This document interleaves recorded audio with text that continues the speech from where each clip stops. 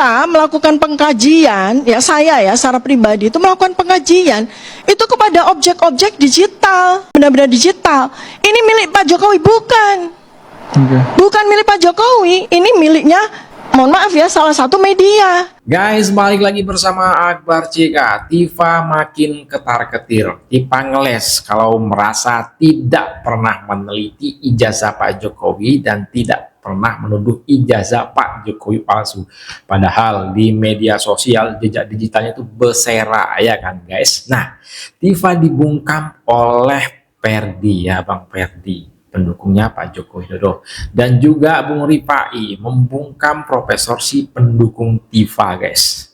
Dan terakhir kita akan menyaksikan Michael Sinaga yang sok pintar dibikin pelangap-pelongo oleh pengacara Pak Joko Widodo. Langsung aja kita saksikan videonya berikut ini. Kita melakukan pengkajian, ya saya ya secara pribadi itu melakukan pengkajian itu kepada objek-objek digital. Ya. Ada unsur ingin menghancurkan nama baik. Ya salah, ya itu namanya error in persona. Karena apa? Yang saya kaji ini adalah benda-benda digital. Yang disebut sebagai informasi elektronik ini benda-benda digital. Ini milik Pak Jokowi bukan. Bukan milik Pak Jokowi, ini miliknya, mohon maaf ya, salah satu media yang mengupload. Ya, kemudian apakah ini punya Pak Jokowi? Bukan. Ini punya Dian Sandi. Benda digital ini punya Dian Sandi, yang mengupload ialah yang memilikinya. Lagi-lagi nama Dian Sandi terseret. Iya, satu lagi. Komentari hal ini. Ini yang mengupload adalah Barreskrim. Itu yang didakwa itu atau yang dipermasalahkan itu bukan ijazah asli atau tidaknya Pak Jokowi, atau bukan Pak Jokowinya, bukan. Yang dituduh di sini atau didakwa di sini adalah Dr. Tifa memfitnah Pak Jokowi dengan mengatakan ijazah Pak Jokowi palsu.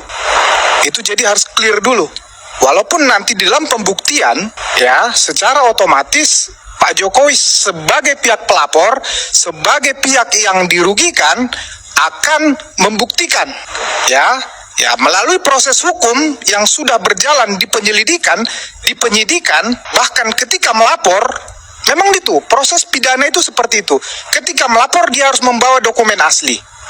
Ya, kemudian di proses penyelidikan diperiksa saksi-saksi, termasuk di proses penyidikan, termasuk UGM yang sudah secara declare menyatakan ijazah ini asli. Ngomong apa sih mas?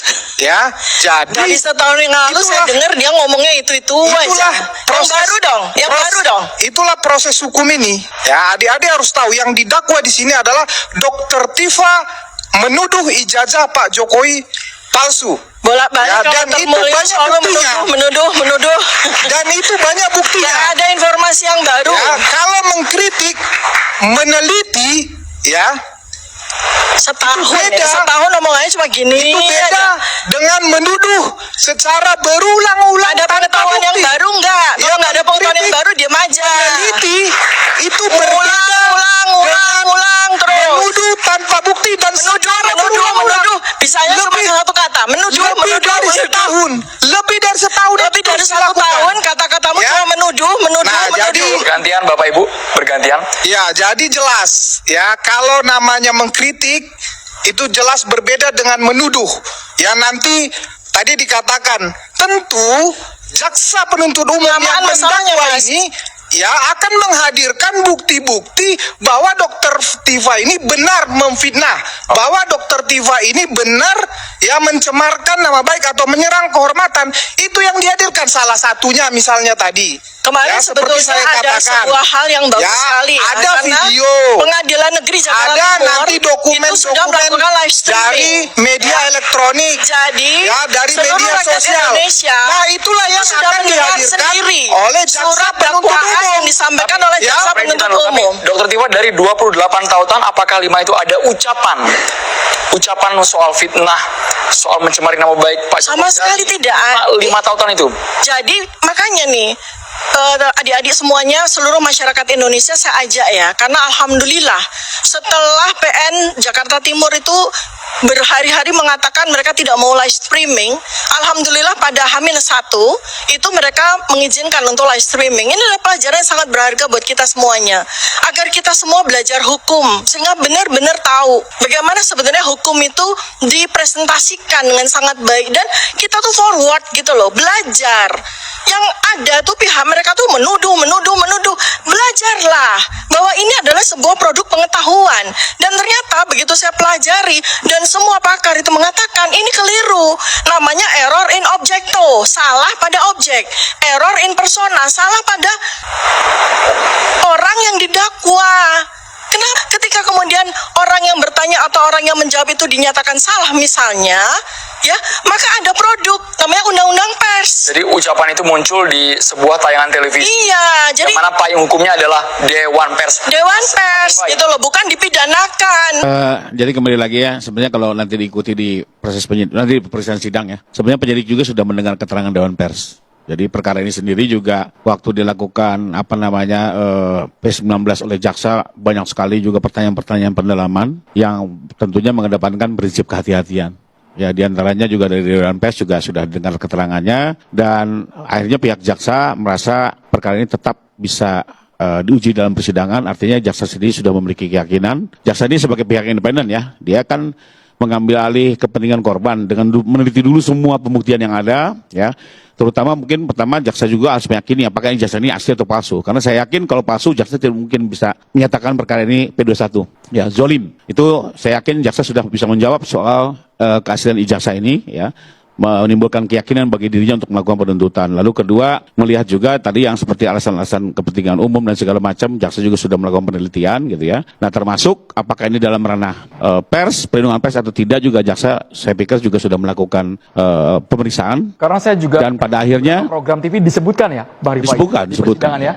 Dan bukan ada kalau nggak salah ada 2 TV yang mungkin juga nanti jadi saksi ya. Ada 2 TV, ada 2 saksi kanal yang YouTube juga. Betul. Ya, jadi artinya nanti semua akan didengar, dan pihak jaksa kan di sini kembali lagi loh mewakili negara loh ya. Merasa ini cukup untuk bisa diuji dalam persidangan, dan jaksa memiliki keyakinan untuk melakukan penuntutan. Jadi kita hormatilah proses itu, karena kita juga cukup perlu percayalah teman-teman jaksa kan di satu sisi dihargai oleh teman-teman juga tidak melakukan penahanan, tapi di sisi lain teman-teman jaksa juga berkeyakinan untuk memajukan ini ke persidangan. Saya pikir perlu dihargai, dan dengan tetap menghormati asas praduga tidak bersalah, saya mengajak publik semua mengikuti persidangan secara objektif, komprehensif, dan nanti biarlah hakim dan publik juga yang akan menilai. Saya ada di persidangan memang benar-benar terbukti, kan tidak bisa hanya sekedar diperlihatkan.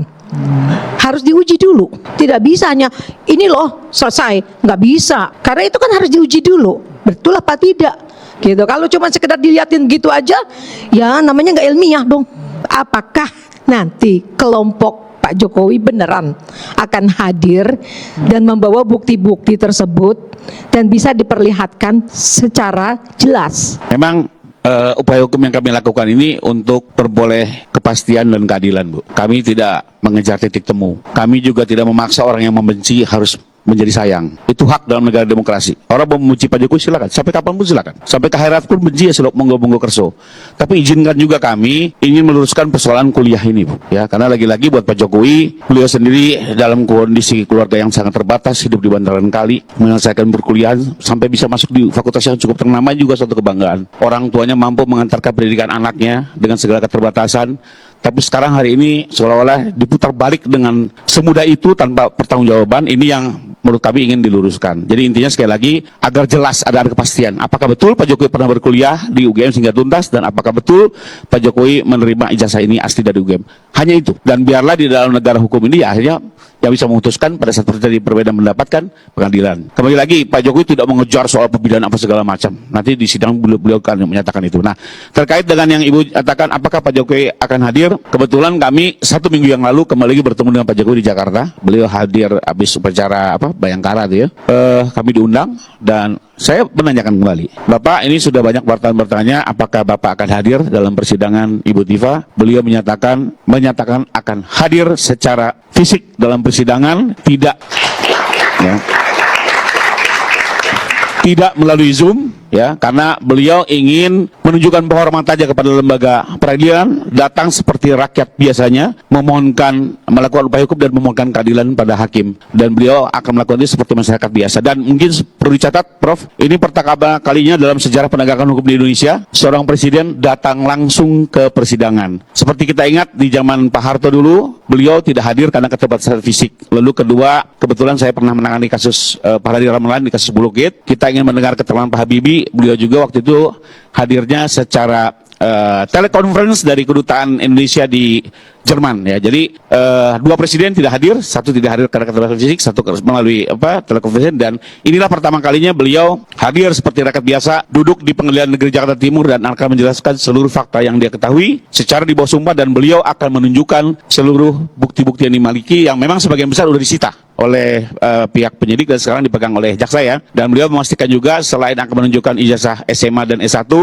beliau juga akan membawa ijazah SD dan SMP-nya. Kita harus menghormati proses hukum yang ada dan mekanisme hukum yang ada. Kalau saya diundang oleh Yang Mulia Majelis Hakim untuk hadir di forum persidangan, ya saya akan hadir. Dan sesuai yang saya sampaikan yang lalu, saya akan membawa dan menunjukkan ijazah dari SD, SMP, SMA, dan S1 yang saya miliki. Baik untuk persidangan Roy Suryo dan Tifa, ya Pak? Ya, mestinya seperti itu. Ya, tadi juga Pak Jokowi kembali menyatakan di depan publik, ya per hari ini, tadi kembali menyatakan di depan publik, ya, bahwa akan hadir secara fisik dan menunjukkan seperti yang dijelaskan Bang Rifai tadi. Saya menanggapi Prof. Jadi memang nanti melalui pembuktian ini, ya, tadi kalau Prof mengatakan persepsi, bahkan dari pembuktian ini nanti akan ketahuan, ya, siapa yang bohong. Maksudnya gitu, bohong itu gini, Prof. Nanti di situ kan sekarang saya tidak pernah nuduh. Kan begitu katanya, saya tidak pernah nuduh. Nanti di situ akan diperlihatkan bahwa memang dia nuduh, bahwa memang dia fitnah, kan kira-kira begitu. Kemudian, jadi bukan hanya persepsi, siapa yang bohong nanti akan ditunjukkan di depan publik. Kemudian, satu lagi, jadi bukan hanya barang itu ditunjukkan. Tadi kan kata Prof diuji, hasil pengujian satu-satunya lab krim itu juga akan ditunjukkan di situ, dan yang menguji juga akan dihadirkan di situ. Itulah proses pembuktian pidana. Kebenaran material akan digali semaksimal mungkin. Jadi tidak mungkin, ya, tidak mungkin, dan tidak, saya yakin, saya optimis tidak akan ada rekayasa di sini karena semua mata memandang ke sini, ya, baik dari pihak katakan terdakwa, dari kita sebagai pendukung, maupun publik dan pakar-pakar hukum dan pakar yang lainnya. Itu, terima kasih. Semua penangkapannya saja nggak sah, penggeledahannya nggak sah, apalagi pemindahan yang tidak jadi itu. Nah, sekarang kita sudah melihat banyak cacat dalam proses ini. Kalau memang Polri dalam SOP-nya saja cacat, sudah dikatakan hakim loh, ini bukan kata saya lagi. Kenapa kita nggak mempermasalahkan pasal-pasalnya? Kenapa kita mempermasalahkan pasalnya? Nah, saya sebagai orang yang setiap hari bersama-sama dengan Pak Roy dan Dr. Tifa, saya tahu betul Dr. Tifa itu tidak ada sama sekali memegang ataupun mengubah ataupun memanipulasi dokumen, karena dia memang nggak ngerti melakukan itu. Dia itu hanya seorang dokter yang mempunyai keahlian untuk menilai apakah ini foto Pak Joko Widodo yang presiden atau bukan. Bung Michael, artinya gitu. Walaupun pra peradilan ini tidak bicara soal pokok perkara, tapi Anda juga meragukan isi dari pokok perkaranya. Ya itu, jadi kan dari awal ini ada beberapa pasal yang kesannya dipaksakan. Sepertinya 12 orang yang dilaporkan semuanya melakukan pasal 310, 311, 27, 32, dan 35. Termasuk saya yang dilaporkan juga kan, salah satunya. Tapi 10 dari kami sama sekali tidak mengetahui soal pengubahan dokumen atau manipulasi dokumen atau dokumen pun. Mengenai pra-peradilan kami selalu konsisten bahwa itu merupakan lembaga yang disediakan oleh KUHAP dan itu merupakan hak. Kami sama sekali tidak pernah mempermasalahkan mereka menggunakan ini. Jadi sampai kalau ini ternyata diputus demikian, ya baik ya, kita ikuti, kita hormati. Walaupun juga memang ini tidak ada kaitannya dengan pokok perkara, sama sekali tidak ada kaitannya.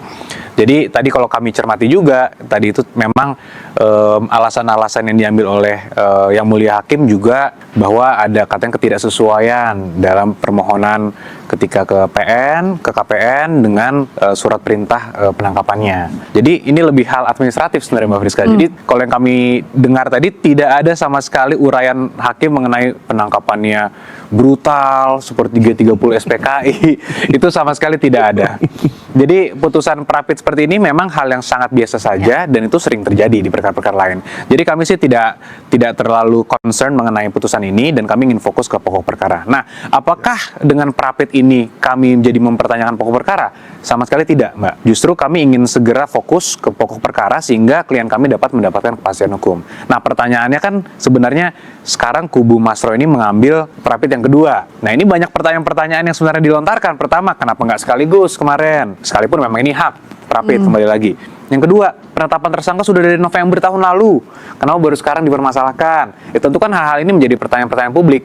Jadi dari kami sih pesannya memang sebisa mungkin mari kita jangan salah gunakan forum atau hak yang sudah diberikan oleh KUHP untuk mengulur-ngulur waktu yang mungkin konsekuensinya bisa menjadi menyebabkan klien kami tidak mendapatkan kepastian hukum. Silakan dijawab, apakah ini upaya untuk mengulur waktu? Nah, ini, dua pertanyaan tadi seperti apa? Ini narasi yang selalu diutarakan oleh pihak mereka ya, bahwa ini mengulur-ulur waktu. Tapi saya jawab begini, dari awal banyak sekali pakar-pakar hukum yang beberapanya tergabung di kami yang tidak yakin ini akan sampai ke persidangan. Kenapa begitu? Karena kasusnya sangat lemah, ya kan? Pasal-pasalnya dipaksakan, orang-orangnya dipaksakan. 12 orang ini tidak pernah berada di satu tempat yang sama, di waktu yang sama, melakukan hal yang sama. Bagaimana misalkan Mbak mencuri dompet, saya mencuri HP. Mbak mencurinya Senin, saya mencurinya Selasa. Kita dilaporkan bersama-sama kan nggak boleh. Jadi memang kasus seperti ini dari awal kami sudah yakin tidak sampai ke persidangan. Meskipun Dr. Tifa sudah masuk persidangan. Iya, kan dari awalnya yakin seperti itu. Tapi karena sekarang sudah sampai ke persidangan, oh berarti benar jaksa dan hakim ingin memeriksa pokok perkara ini. Barulah diluncurkan pra-peradilan. Jadi jangan dibilang kenapa nggak dari September, nggak dari apa. Sekarang saya tanya aja, kenapa dari April baru November penetapan tersangka? Kenapa dari November baru Juni P21? Itu kan pertanyaan yang agak percuma ya menurut saya ya, karena ini sudah sampai di sini, nggak usah kita cari-cari lagi ke belakang, ya kita hadapin aja. Toh tadi hakimnya saya lihat netral kok, sangat netral dan sangat objektif. Kalau memang permintaannya Pak Roy itu tidak masuk akal, akan ditolak kok. Ya tentu dengan KUHP yang baru ini kan pemeriksaan pokok perkara jadi harus ditangguhkan terlebih dahulu, Mbak. Jadi kita harus menunggu Prapit ini diputus terlebih dahulu. Jadi secara tidak langsung tentu kan ini berimplikasi kepada waktu penanganan perkara yang bisa langsung masuk ke pemeriksaan pokok perkara seperti perkara Ibu Tifa, tapi sekarang perkara Mas Roy ini jadi harus menunggu Prapit dulu. Sekalipun kembali lagi itu hak, silahkan dilakukan. Nah, kembali tadi kan yang seperti disampaikan Bang Michael juga bahwa banyak keraguan menurut versi Bang Michael dan pihaknya. Tapi kembali lagi, kalau memang banyak keraguan mengenai substansi perkara, ya forum pemeriksaan di mana? Ya di persidangan di pokok perkara itu. Ya. Jadi daripada kita berdiskusi di luar, kemudian membangun narasi, kemudian ada juga memicu perpecahan antar kubu maupun internal juga. Saya dengar ada perpecahan internal juga dan itu nggak ada hubungannya. Daripada sampai terjadi hal seperti itu yang tidak kita inginkan, tentu kita juga menyayangi. Kita kan seorang advokat juga, jangan sampai sesama rekan sejawat juga ada permasalahan seperti itu. Ya daripada itu terjadi, mari kita masuk secepatnya ke pokok perkara sehingga hak pelapor kami, Pak Jokowi selaku korban maupun terdakwa, yaitu Mas Roy dan juga Bu Tifa juga bisa dilindungi. Karena kedua hak bukan hanya hak kami loh, hak mereka pun juga akan bergantung dengan hasil pemeriksaan pokok perkara itu, Mbak. Kita ini semua ingin tahu, rakyat semua ingin tahu ijazahnya Pak Jokowi itu ada apa enggak sih? Kan selama ini nggak pernah kelihatan. Itu nanti di pokok perkara. Yang aslinya ya kan. Jadi Pak Roy dan Ibu Tifa itu komit ingin tahu soal ijazah itu gitu loh. Jadi supaya ini juga bagus untuk Pak Jokowi loh. Supaya hal ini tidak pernah lagi dibicarakan ke depannya. Stop sampai di sini saja. Kita buktikan benar atau tidak, ada apa tidak, asli atau tidak asli dan seterusnya gitu loh. Otentik atau tidak otentik. Jadi nggak ada tuh yang ingin membatalkan pokok perkaranya, nggak ada. Kalau untuk status tersangka ini apa yang mau diuji lagi dari status tersangkanya Bung Roy? Kalau yang mau diuji itu kan tadi sudah dibilang. Yang ingin diuji itu pasal 32 dan 35. Mengubah, memanipulasi dan lalala. Nah, ini mungkin Bang Yakub lah yang lebih hafal pasal-pasal. Di Undang-Undang ITE itu. Padahal Dokter Tifa sendiri tidak pernah memegang apalagi memanipulasi dokumen. Yang dari awal, kalaupun bisa dibilang manipulasi, karena menganalisis sebuah dokumen itu Rismon Sianipar itu yang sudah dimaafkan itu. Jadi kenapa itu malah dituduhkan ke Dokter Tifa? Saya sih bingung. Dokter Tifa itu seorang dokter yang melihat anatomi tubuh, anatomi wajah seseorang. Gak ada hubungannya dengan dokumen atau Undang-Undang ITE 32 dan 35. Tapi status tersangka yang nanti hari Jumat itu status tersangka Bung Roy kan? Iya, Pak Roy. Dan itu juga kita periksa. Apa sih yang dilakukan Pak Roy Suryo mengenai itu? Apa benar dia pernah memanipulasi dokumennya Pak Jokowi? Kita tes saja dengan pra-peradilan. Oke, Bung Yakub, apa implikasinya kalau Anda melihat prapit yang diajukan oleh Bung Roy Suryo untuk nanti Jumat? Itu memang pertanyaan besarnya Mbak Friska. Kalau dari kami melihatnya, kalau selama ini narasi yang dibangunkan bahwa beliau ingin mendapatkan keadilan, Pak Jokowi harus hadir, mereka mencurigai Pak Jokowi tidak akan hadir dan sebagainya. Ya kalau itu narasinya, ya berarti mari kita masuk ke pokok perkara. Tapi kan sekarang tidak, beliau menggunakan masuk lagi menggunakan lembaga pra-peradilan lagi untuk objek yang berbeda menurut mereka. Saya sendiri belum lihat seperti apa permohonannya, dan kami pun bukan pihak di situ karena termohonnya tentunya penyidik kalau dalam hal ini. Ya, tapi kami juga melihat karena ini ada dua argumen atau narasi yang saling kontradiktif, jadi kami melihat kok ini patut diduga bahwa ada upaya untuk mengulur waktu gitu. Sekalipun ya silahkan saja bahwa kalau mau menggunakan hak ini silahkan, tapi kembali lagi kan tujuan utama kita bersama-sama untuk mencari kebenaran material, bukan? Kalau memang itu masih tujuan utamanya, mari kita cepat-cepat masuk ke pokok perkara. Jadi kembali lagi, menurut saya sih prapit ini walaupun kembali lagi mau objeknya katanya berbeda, tapi tidak sesuai dengan narasi yang dibangun, yaitu mari cepat-cepat tunjukkan ijazah, mau Pak Jokowi katanya mau ditanya-tanya di presiden dan sebagainya. Jadi itu sedikit kontradiktifnya di situ. Oke, Bang Michael.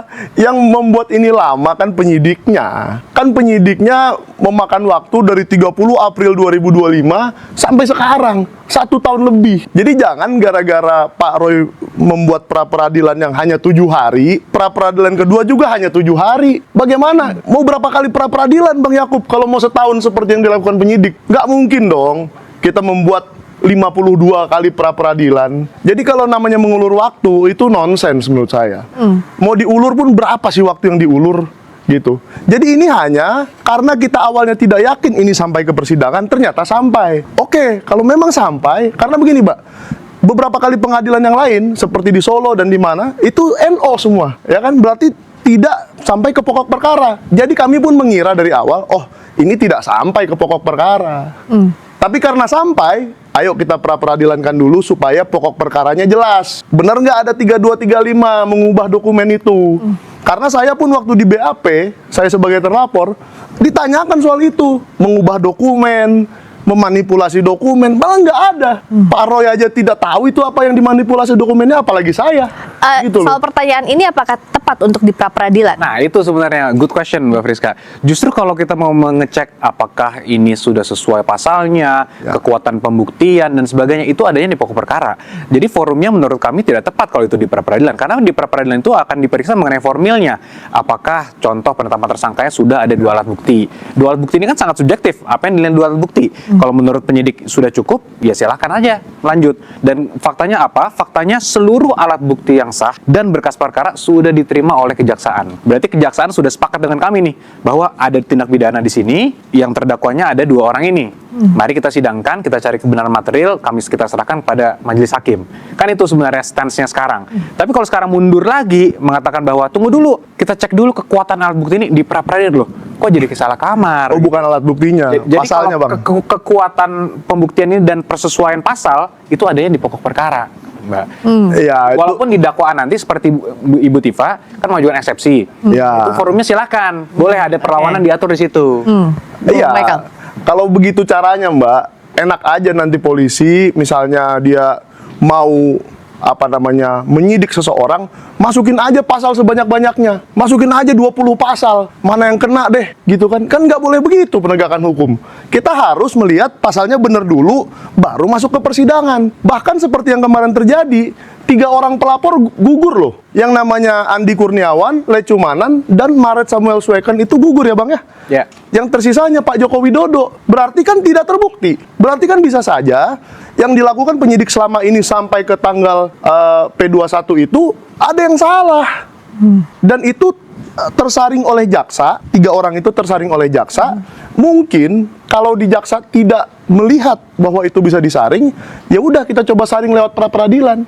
Siapa tahu tersaring juga pasalnya. Ini upaya men-challenge status tersangkanya itu, Bung Yakub. Ya, tadi menarik juga bahwa Bung Michael juga mengatakan sebelumnya ada 4 laporan, kemudian terfilter dan sebagainya. Justru kalau dari kami angle-nya kita putar nih, justru itu membuktikan bahwa sebenarnya sudah ada proses check and balances, termasuk gelar perkara khusus, Mbak. Di gelar perkara khusus itu kan dilihat semua proses penyidikannya seperti apa, pasal-pasalnya dijabarkan, dan waktu itu summary-nya dari gelar perkara khusus adalah kesimpulannya penyidikan sudah dijalankan dengan semua prosedur yang sesuai.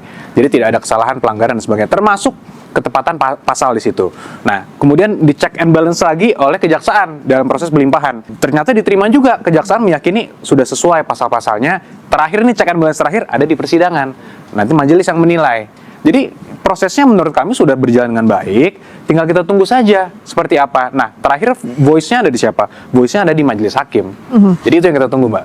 Kami sampaikan itu merupakan hak, silakan saja. Kami mempercayai bahwa majelis hakim dalam hal ini, lembaga peradilan kita itu lembaga peradilan yang independen, kuat dan terpercaya. Jadi menurut kami, ya kalau itu memang mau diserahkan ujung-ujungnya kepada majelis, kepada yang mulia, ya silahkan. Tapi kembali lagi, kita kan mau melihat bagaimana kita menggunakan pasal-pasal ataupun lembaga-lembaga yang sudah diatur oleh ketentuan hukum yang ada dengan sebaik mungkin dan dengan itikat baik. Nah, ini kan sekarang masyarakat menjadi menilai, kok 2 kali, kok nggak bersamaan kemarin, kok nggak dari November. Ya ini pertanyaan-pertanyaan yang wajar saja keluar. Kalau dari kami biasa saja karena kami pelapor. Jadi kami meyakini bahwa apapun ini tidak akan mempengaruhi pokok perkara. Kami ingin ini segera disidangkan dan Pak Jokowi mendapatkan kepastian hukum. Ya, saya mungkin saya mencoba untuk mengambil pola pikir Bang Michael juga bahwa pengen menjadi pembelajaran hukum kan.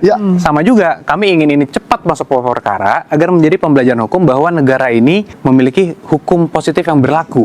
Kita tidak boleh menebar berita-berita bohong, fitnah itu tidak boleh, orang-orang tidak bisa dengan seenaknya tanpa data, tanpa hak bisa memfitnah orang, itu semua memiliki konsekuensi hukum. Jadi itu juga merupakan pembelajaran yang ingin kita tunggu juga, jangan sampai semua orang nanti di era post-truth ini bisa dengan mudah memfitnah orang bahwa ijazahnya palsu, padahal tidak. Bertahun-tahun melalui proses akademik yang sah dan semua ini bisa akan dibuktikan dan akan dibuktikan nanti di persidangan, tapi dikatakan palsu. Itu kan sungguh tidak melambangkan negara hukum. Itu yang kami tunggu juga. Maka poin pembelajaran penting itu juga bagi kami menjadi hal yang penting. Gimana guys? Silahkan ketik komentar kalian di kolom komentar ya. Kita akan menanti sidang selanjutnya ya dengan terdakwa Tifa, yang mana Pak Jokowi akan menghadiri secara langsung untuk menunjukkan ijazah aslinya mulai dari SD sampai dengan S1. Ya, nampaknya si Tifa mulai panas dingin karena akan langsung berhadapan dengan Pak Joko Widodo. Saya Akbar CK undur diri, jumpa lagi di next video. Assalamualaikum, bye bye.